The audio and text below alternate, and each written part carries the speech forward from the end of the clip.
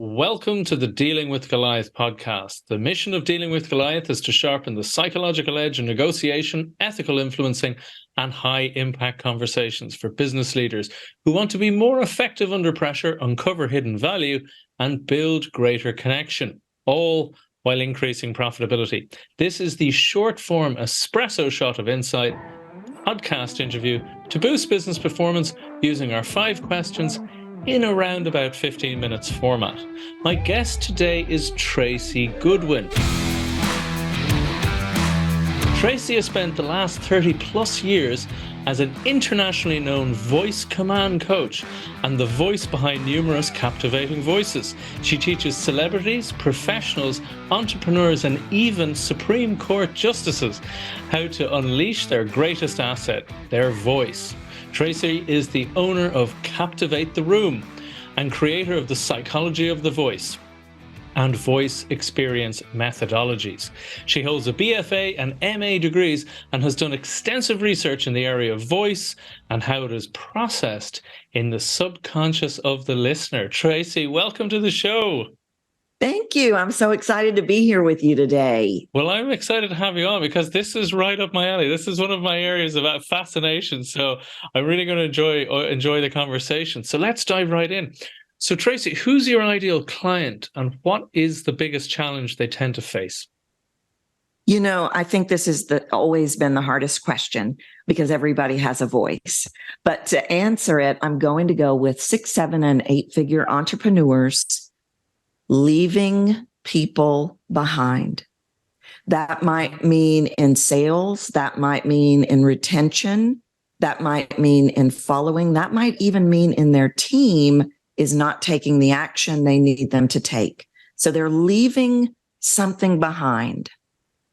Very interesting. And what are the common mistakes that people tend to make when they're trying to solve that problem? Because I think there might be quite a few in the audience who are listening in a little bit closer now, and they're wondering, do they have some of these symptoms that they're not even sure, as you say, what the problem is? So what are some of those common mistakes? The first and biggest common mistake is that people don't realize the power of their voice. It's not even on their radar so many times that, wait a minute, maybe my voice is the problem. Maybe my voice is what's costing me. So people aren't even thinking about their voice, and they certainly aren't thinking about it from the perspective of maybe my voice is misrepresenting me. Maybe my voice is being taken out of context. Maybe I think I'm doing one thing, but they're receiving something different. And so what people do is they go back to the messaging. They go back to the sales process. They go back to trying to get the words right. They go back to the price. They go back, and all those things are a part of it. But I find that classically, the literal thing that I determine everything about you from what I hear in your voice, we don't even tap into it.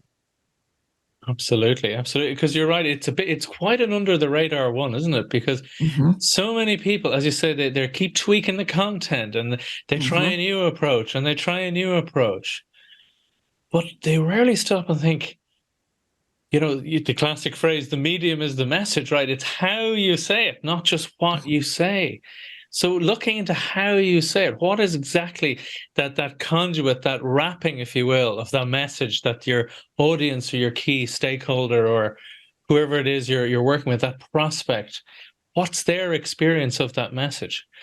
So what might be one valuable free action that the audience can implement that will help with that issue? Well, this may sound not at all like voice, what I'm about to say, because I think a lot of times when we think about voice, we think about slow down, pause, say it this way. And those are parts of it. But when we're talking about psychology of the voice, we have to look inside first. And so one of the things that people can do right now is stop getting in the outcome. One of the biggest things that affects our sound negatively, especially in sales, if I, in my mind, am thinking, oh, he isn't going to buy from me. He can't afford me. I can literally hear that on the subconscious level. And so what we do is we get all off in the future, deciding what people are thinking when we don't know, and it comes out in our voice. So it's almost a form of self-sabotage. So that's one of the things that people can do is you only have voice power in the now. So we really have to master, and I know you can appreciate this so much, master being right here in the conversation, not deciding what they're thinking or not deciding what they're going to do. Absolutely. It's such a great point. And you're right. You gave the exact right term, that so many people in that instance sabotage the outcome because you've actually instigated the doubt in their head that there may not have been in the first place. That's right. So you've planted That's the right. seed in the doubt in the prospect's head that then they confirm that by going, oh, actually, yes, there is something off here. And it's an interesting point to make that it's highly likely they don't consciously realize this, though, do they? It's all, as you say, No. subconscious, but there are signals they're picking up on. It is fascinating to me. And I've done this. All of this work has been extensive research for me. And it's fascinating to me that a sound the size of a grain of sand can literally in the subconscious go, nope. And we've got all these sounds that are coming out of us that we're not even thinking about, that are coming from things inside. And so we've got to really line up who we are, I call it perception, reception, and then what we want them to receive. So what do we think we're doing versus what are they hearing versus what do we want them to hear? And we have to make that connection. Absolutely. And the clarity of that there's a difference between all of those three is absolute gold. Because as you say, a lot of people think, oh, this is in my head, therefore they're in their head is what is in my head. There's a direct conduit from one to the other. And there absolutely is not. There's a lot of space for interference and noise and misunderstandings and everything else. Yeah, that's absolutely brilliant point. And just for all the listeners out there, this is one of the reasons I'm fascinated by Tracy's work, because there's the famous study, that psychologist who could tell, even in other languages, he could accurately predict the chance of that couple being divorced within 3 years to over 90% accuracy, just by the tone. If there was contempt in how the couple spoke to each other over a certain percentage, he could tell that they'd be divorced. All of that was just tone. As you said, it's all he was listening out for. So, and remember, we used to communicate like this for millions of years, right? Before we even had accurate language. So that's right. This is why the subconscious is so primed to pick up on these differences. That's right. Fascinating stuff. So what might be one valuable free resource that you could direct people to that will help with this issue? Well, one of the things that I have where people could go to my website and they could go to captivatetheroom.com/trust. And I have a free audio that they can get where I'm going to teach you how to ensure that the first sounds I hear from your voice are not insecurities, but are know, like, and trust. The know, like, and trust factor. I love it. Let's go a little bit deeper then, if you don't mind, on the know, like, and trust factor. Can you talk us through that? Because it sounds obvious. Oh yeah, know, like, and trust. It's a used phrase. People are down with that, but what do you mean by that? So a lot of times we've got all these, we have what I call voice stories, which are the noise in our head, which might be, well, I've got to prove to Al today on the show that I know what I'm talking about, so he likes me, or all this noise. And we don't realize that's what's coming out, what we've already talked about. And so oftentimes we're not sure what we're going to say. And this is a big thing in video. We're not sure what we're going to say. We're not sure what they're going to think. We've got all this noise.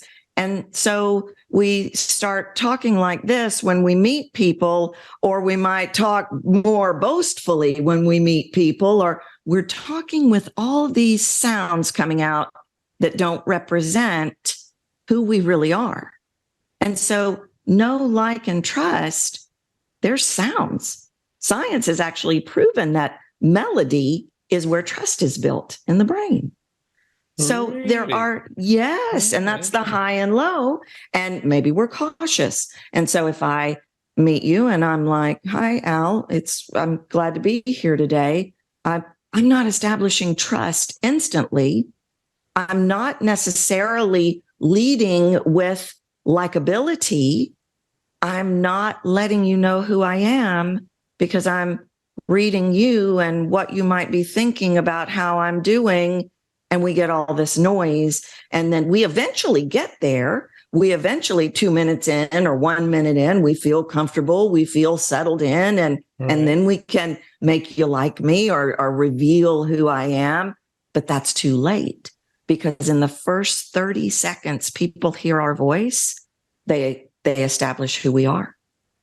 So we want to be able to lead with, in fact, I call it 3 things. What do I want this experience to be for you and your listeners? Well, most of all, I want it to be authentic. And I want you to feel like you know me. And I want you to feel like, I want you to like me. Of course I do. And I want you to trust me. And so we can establish that in the voice, and we can also establish who we are by leading with traits instead of let me get this right. Wow. It's powerful stuff there. It's absolutely fantastic, because I love a few things on that, just to point out to the audience. I mean, there's so much that I love about that, but there's a few particularly strong points that I think the audience really need to zone in on that you made that were beautiful. That, as you said, when you're talking in that flat tone way, that often sounds, and again, people aren't fully agreed on exactly what it means, but people tend to have a ballpark agreement, don't they? Like, some people say, oh, that sounds defensive. Other people say, oh, it sounds closed, which is a bit more neutral, but it's still, other people saying, oh, maybe that they're nervous. Other people say, oh, maybe they're hiding something, but all the way, it's not particularly positive, is it? Right. And it's something but people often, just like you said earlier, they don't think about their tone. No. Yet it's everything. It is. Yeah. It is how you say it is so crucial. Well, I love to play games with words, because people will say, I got to get these words right, Tracy. And so I can take the exact same words. I can say, it's nice to meet you. I'm excited to be here. Or I could go, it's nice to meet you. I'm excited to be here. Or I can say, it's nice to meet you. I'm excited to be here. Okay, that was just 3 totally different sets of meaning. Which is the one I want? Well, first and foremost, I want you to feel like you've known me your whole life. Of course. Because that's what I want to lead with, because then you know me. And then I want you to feel like you can trust me. So I'm going to have that movement in my voice. And then I'm going to let you in. And then I'm going to want you to know that I know what I'm talking about.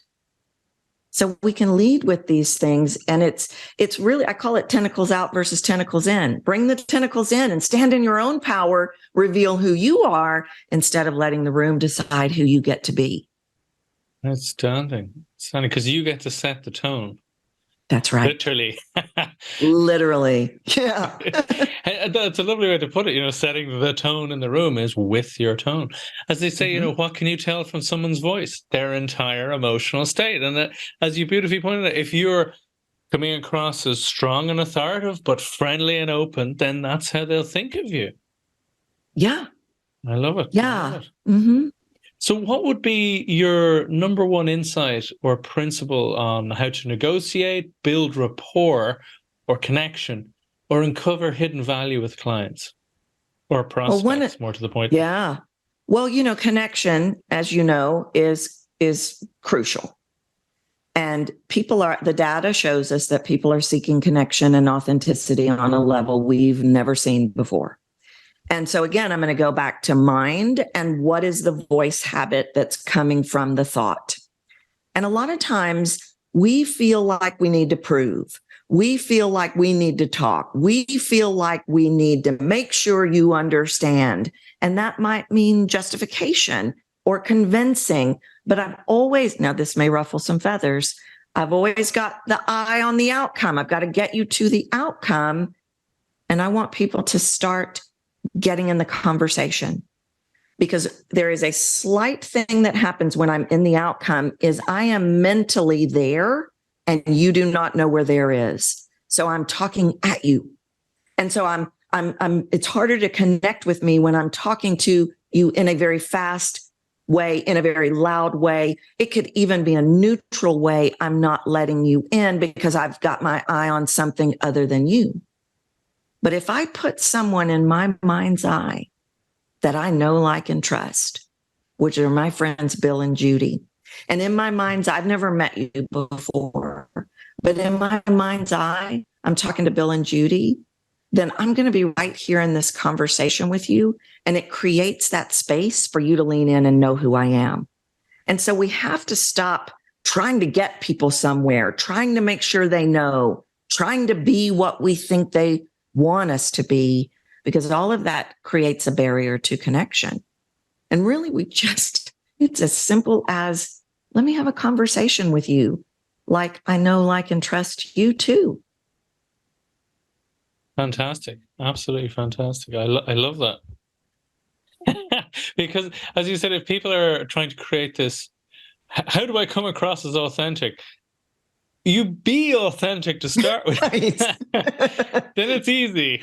Yeah, that's it. And we try to be. And this is what gets people on video. Hi, it's Tracy. Thanks for being on the channel. Well, because nobody's there, because we've trained ourselves to read the room. But if the room is in my mind's eye, if Bill and Judy are in my mind's eye, then I can immediately be authentic because I actually am talking to somebody. And it becomes, hey, it's Tracy. I'm so glad to have you on the channel today. Got some cool stuff to talk to you about. And it's because in my mind, I am talking to somebody I know. I'm not trying to be what I think the audience wants me to be. Fantastic stuff. Fantastic. So, Tracy, we could talk all day. I know. There's a lot of other things I'd love to pick your brain on. But on that note, if people want to learn more about you, they can go to captivatetheroom.com. Where else can they learn more about you? Are you very active on LinkedIn? See, you have quite. I'm on LinkedIn. I'm on LinkedIn. Tracy A. Goodwin is LinkedIn. And then all the other social media, I'm Captivate the Room. And then I have a podcast, Captivate the Room. Excellent. I was looking at some of your podcasts earlier. So they're very interesting. A lot of solo, very interesting, insightful solo episodes and interviews. So I can thoroughly recommend that. So Tracy Goodwin, captivatetheroom.com. Thank you so much for coming on the show.